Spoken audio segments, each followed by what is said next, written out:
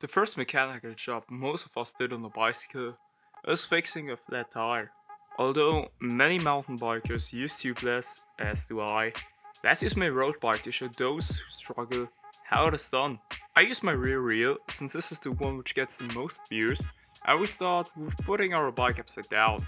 Next, change your gear to the smallest cock. This will help getting the wheel out later. If you have rim brakes, loosen the brake by pushing it or flipping your lever. This normally only exists on road bikes. Loosen your wheel. This might be a thru axle or a bolted axle. Most people, however, will have a quick release like I do. Now pull lightly on your derailleur, so it slackens up and pull your wheel out. If not already done, let your air out. Now push your tire all the way together. This will loosen the bead. You can get a tire off by hand with just some folding and pushing. For this video, we will use levers. Get one lever with the tip to the top beneath the wheel and pry out the tire. Use the hooks to wedge it behind your spokes. This will hold the lever and the tire in place. Now use the second one to do the same with some distance. If that's done, slide the lever around the rim to loosen the rest of the tire. Now take your tube out. It's easiest on the opposite side of the wall. This is our puncture. It's a snake bite or pinch puncture, so we hit something too hard and the tire and rim pinch the tube till it punctured. If you have trouble finding your hole, just get some water, pump the tire up a bit and hold it in there. Air bubbles will get out of most holes. You can just chuck a new tube in. If that's the case, skip to the shown time, or we fix our puncture. This is a puncture repair kit, and almost anyone got one. These are available for just around $3, and there is glue, sandpaper and some patches. Step 1. Roughen the tube up around the puncture with your sandpaper or your grinder. Just check not to introduce any new holes. Next, reapply some rubber cement around the puncture. This can be generous. After that, we actually wait around 5 minutes for the glue to dry up, like it's written on the instructions.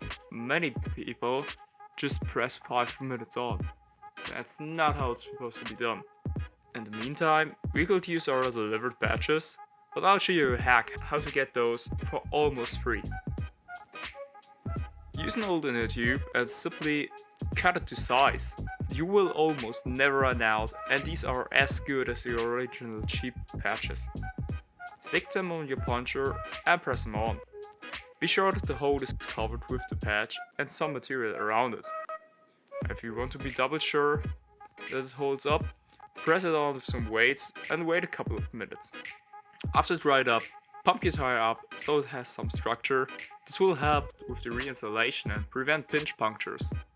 Inspect your tire for thorns or glass. If there are any, you will simply puncture your inner tube again. Now reinstall the tube with the valve first and make sure it's not folded or twisted. Now get your tire and put it back into the rim. This should work without any effort for about 90% of the tire.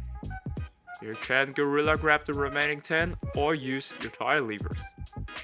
Flipping them upside down that the top looks towards the inside of the tire and pull it up.